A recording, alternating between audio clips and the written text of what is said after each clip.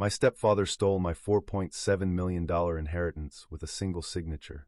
My revenge would require thousands. The bank teller's polite, professional smile was a stark, grotesque contrast to the financial corpse she was reporting. As of 9:05 this morning, sir, the balance of the designated trust account Vance, 1147 is zero. The funds were legally transferred in full via a notarized trustee directive this morning. The number she had just declared zero wasn't just a number. It was $4.7 million. It was my mother's life insurance payout, her shrewd, lifelong investments, every sacrifice she had ever made, all painstakingly structured into an ironclad trust to fund my medical school education and secure my future. It was my name on an acceptance letter to Stanford Med. It was my entire trajectory. And now, according to the glowing screen she tilted slightly toward me, it was gone. Who? I asked, my voice strangely, terrifyingly calm in the muffled, carpeted quiet of the private banking suite. Is the trustee who authorized this transfer? I already knew. I am Leo Vance. The directive was executed by the primary trustee, Mr. Richard Vance, she said, her tone neutral. My stepfather. The conditioned air in the sleek bank turned to paste in my lungs. I managed a stiff nod, turned on my heel, and walked out into the blinding, indifferent San Francisco sun. The cable car bells and city traffic faded into a dull, roaring static. Richard, the charming, practical businessman, who had married my mother 3 years before her cancer diagnosis. The man who had generously offered to manage the complex trust for me after her death, so I could focus on grieving and your studies, Leo. His hand on my shoulder had felt like a weight. You have enough on your plate, he'd said, his voice oozing concern. Let me handle the boring paperwork. It's what I'm good at. I went straight to the Pacific Heights apartment, a luxury high-rise with a bridge view I now knew he paid for with my mother's money. My key clicked uselessly in the deadbolt. I buzzed. After a long moment, my stepsister, Chloe, answered the video intercom. Her face, usually a mask of curated, vapid cheer, was cold and closed. Leo. He changed the locks. You need to go. Chloe, what the hell is going on? The trust is empty. The bank just told me. She sighed, a theatrical sound of exasperation, as if I were a tedious child asking for the 10th time. Dad executed a clause. The moral turpitude clause. It's in the trust documents Mom signed. Your little indiscretion at the university gave him no choice but to protect the fund's integrity. My blood turned to ice. The indiscretion. A fabricated, malicious complaint from a lab partner, a girl Chloe herself had introduced me to weeks prior. It had been investigated and dismissed by the university for utter lack of evidence, but not before it created an official, paper-thin mark. Richard had called me then, too, full of faux concern. Don't worry, Leo. These things happen.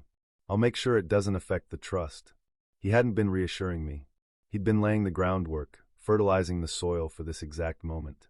That was a lie, and you know it, I said, my knuckles white where I gripped the intercom frame. The trust's legal counsel doesn't think so.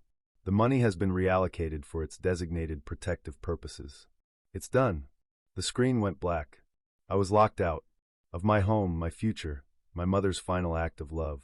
I stood on the marble steps, my world reduced to the $412 in my checking account, a maxed-out $1,000 limit credit card, and a semester of tuition due in 30 days. Richard hadn't just stolen my money. He'd engineered my complete ruin with the cold, precise calculation of a surgeon, using the very legal tools my mother had put in place to protect me as the weapon to eviscerate me. That night, in a bottom bunk of a hostel dorm I paid for with the last of my cash, the smell of stale beer and despair thick in the air, I didn't cry. I fired up my laptop and accessed the encrypted cloud backup my mother had made me swear to maintain. A second copy of everything, Leo. Always. There, buried in scanned folders labeled taxes and estate, was her personal journal, separate from all the official documents. My eyes scanned the entries. One, dated just a month after her wedding to Richard, made my heart stop. Richard is pressing me about the trust structure. He says a moral turpitude clause is standard asset protection. It feels punitive, like he's planning for Leo to fail. I'm adding it to placate him, but only if 3 independent, named arbiters agree unanimously.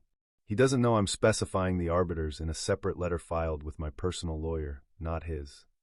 A furious, tremulous hope ignited in my chest. My mother hadn't been naive. She'd built a secret firewall. Richard had only found and weaponized the first, obvious layer. The next morning, after a sleepless night, I went to see Mr. Eris, my mother's ancient, perpetually scowling personal lawyer, in his wood-paneled office that smelled of dust and ink. He listened, peering over his half-moon glasses. "The letter of arbiters," he confirmed, grunting as he rose to open an old wall safe. "Your mother was very clear.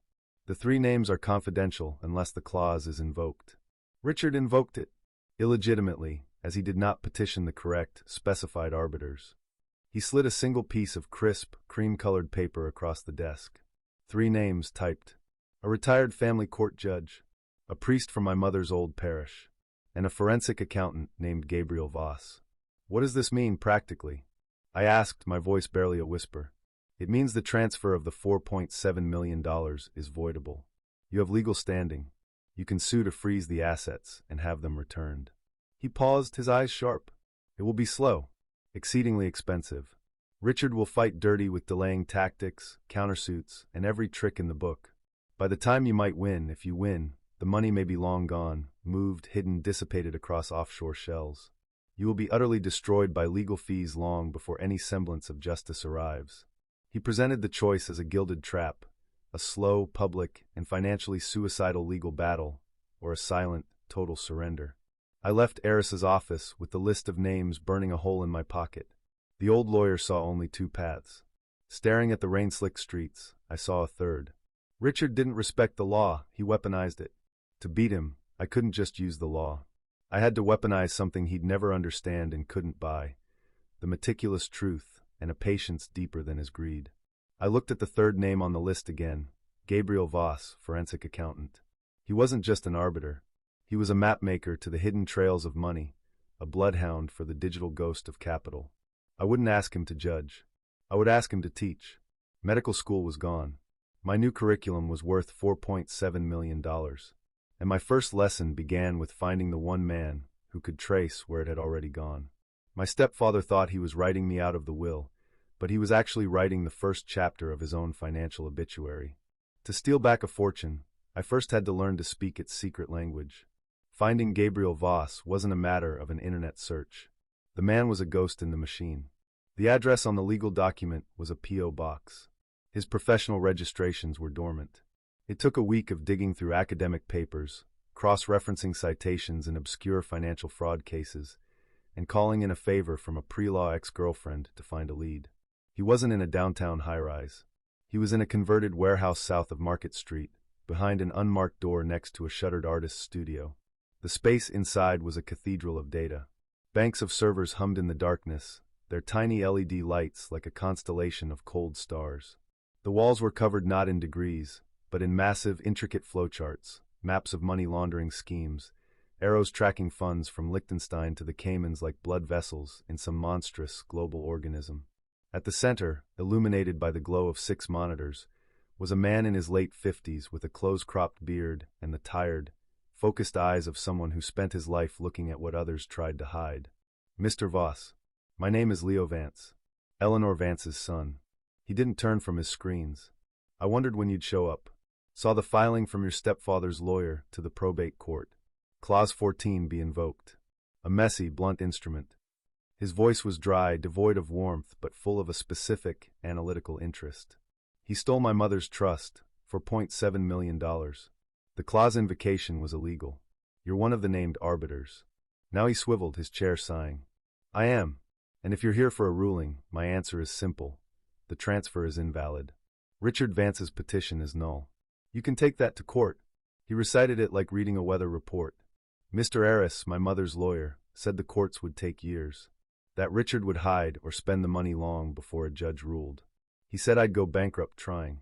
Eris is a competent sentinel for a bygone era," Voss said, a hint of something like disdain in his tone. "He understands the law as a fence. He doesn't understand money as a fluid. Your stepfather doesn't either. He sees it as a trophy to be seized. He's a bulldog, but bulldogs leave deep, obvious prints." A spark ignited in the cold pit of my stomach. "Can you follow the prints?" Voss studied me for a long, silent minute. He wasn't seeing a victim. He was assessing a tool, a variable. "Why come to me? You have a legal opinion. You could fight." "I don't want to fight," I said, and for the first time, my voice carried the steel that had been hardening since I stood at that bank. I want a dissection. I want to know where every single penny of that $4.7 million went the moment it left the trust. I want to see the veins of his entire financial life.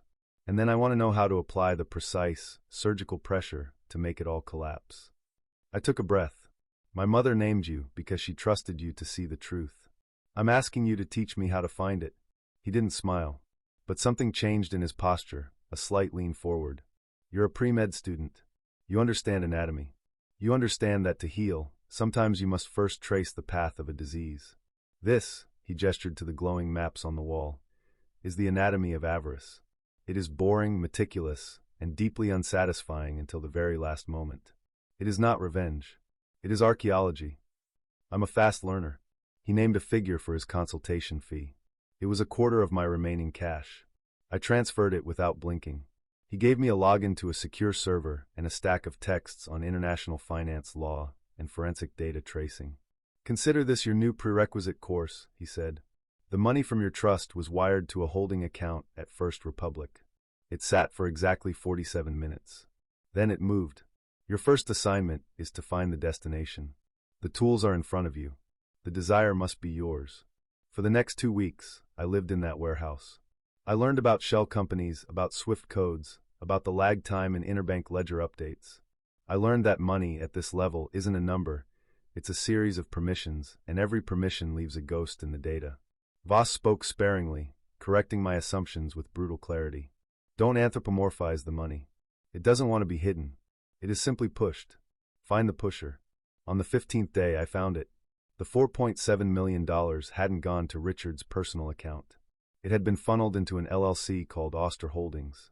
A few more hours of cross-referencing, my medical training in differential diagnosis, serving me well, revealed the truth.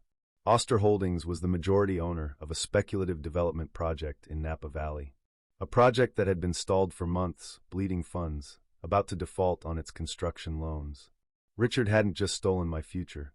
He'd used my inheritance as a life raft for his own sinking, vanity investment. I showed Voss. He nodded, the faintest glimmer of approval in his eyes. Good. The bulldog didn't even bury the bone. He placed it on a sinking ship, thinking that made it safe. He pulled up new files. Now we trace every other asset tied to Oster. Every loan, every investor, every liability. We map its entire ecosystem. Your stepfather didn't just give you a target, Leo. He connected his illicit gain to his legitimate financial spine. To reclaim your $4.7 million, he said, turning his piercing gaze to me, you must be prepared to sever that entire spine. I had found where my stolen fortune was hiding, but pulling it back would mean collapsing the multi-million-dollar house of cards my stepfather had built around it. Revenge isn't about taking back what was stolen. It's about claiming what was never theirs to lose. For weeks, Gabriel Voss's warehouse was my world, its humming servers the soundtrack to my transformation. The ecosystem of Oster Holdings, as we mapped it, was a grotesque, beautiful blueprint of my stepfather's greed. The stalled Napa Valley project was just the tip. It was supported by a precarious web of cross-collateralized loans, $12 million ** from a regional bank, all personally guaranteed by Richard against his prized assets. The Pacific Heights apartment, his blue-chip stock portfolio, his collection of vintage Italian sports cars. My $4.7 million inheritance hadn't been tucked away. It had been used as the fresh, critical load-bearing wall in his financial house of cards. Pull it out, and the whole structure was engineered to fall. We do not attack him, Voss instructed, his voice calm amidst the data streams. We attack the illusion of stability he sold to his creditors. We make the truth inescapable. Our weapon was the arbiter's authority my mother had secretly granted him. He issued a formal notice of dispute and asset freeze to the trust's custodian bank, citing the fraudulent clause invocation. This created a visible, legally mandated scarlet letter on the funds. But the real genius was in the fine print of Oster's loan covenants. Any material dispute involving major capital had to be disclosed to the lending bank within 72 hours. Richard, arrogant and cornered, chose to hide it. He was betting on burying the legal squabble before the bank noticed. We ensured they noticed. I didn't send the documents. I hand-delivered a bound dossier to the head of commercial lending at the regional bank, leaving it with a receptionist who noted the time. The dossier contained Voss's freeze order, the full forensic trace of the $4.70 million moving from my trust into Oster's accounts, and a succinct analysis showing the project was now fundamentally insolvent without those contested funds. It was anonymous but impeccably sourced. Banks are not brave, they are terminally allergic to risk. Within a day, they demanded an emergency audit. Within a week, they called the entire $12 million loan. The panic that unfolded was a silent, digital tsunami. I watched it through the data feeds Voss monitored. Richard's frantic attempts to secure new financing bounced back as credit reports were updated with the dispute. His fire sale began. The apartment was listed at a desperate price. Brokerage accounts were liquidated, selling stocks at a market dip. Online auction listings for the cars appeared, their descriptions oddly rushed. He was selling his identity to feed the beast. The final meeting was in a beige conference room at the bank's headquarters. Voss and I observed from a connected video feed in a private room. Richard sat across from two stone-faced bankers. He was a specter of the man who'd changed the locks on me, his expensive suit hanging loose. He was signing a deed in lieu of foreclosure for the Napa property and a series of asset transfer agreements. The apartment, the stock proceeds, the auction holds, all were being signed over to satisfy the debt. The Shell Corporation receiving the primary physical assets, Voss murmured beside me, is a subsidiary of the Eleanor Vance Restoration Trust. The liquid value will exceed your original $4.7 million after the bank is paid. The remainder is yours, per the trust's restitution clauses we've reactivated. The Napa project is forfeit. His credit is obliterated. His reputation is now liability. Voss presented it as a financial weather report. The storm had passed. The landscape was scoured clean. Richard scrawled his signature on the last document, a final, defeated scratch of the pen. He didn't know I was watching. He only knew he had lost everything he'd built and stolen. There was no dramatic confrontation, no satisfying moment where he saw my face and understood. His punishment was administrative, cold, and total. I felt a profound silence within me. Not peace, not joy, just the silence of an equation finally solved, a balance sheet zeroed out. I walked out of the bank into the indifferent afternoon. The money would return. The future was restored. But as I stood on the sidewalk, a stranger in my own reclaimed life, the question arrived, not from Voss, but from the hollow space the fury had left behind. I got every penny back. I destroyed the man who took it. I won. So why do I feel like I just lost something I can't name?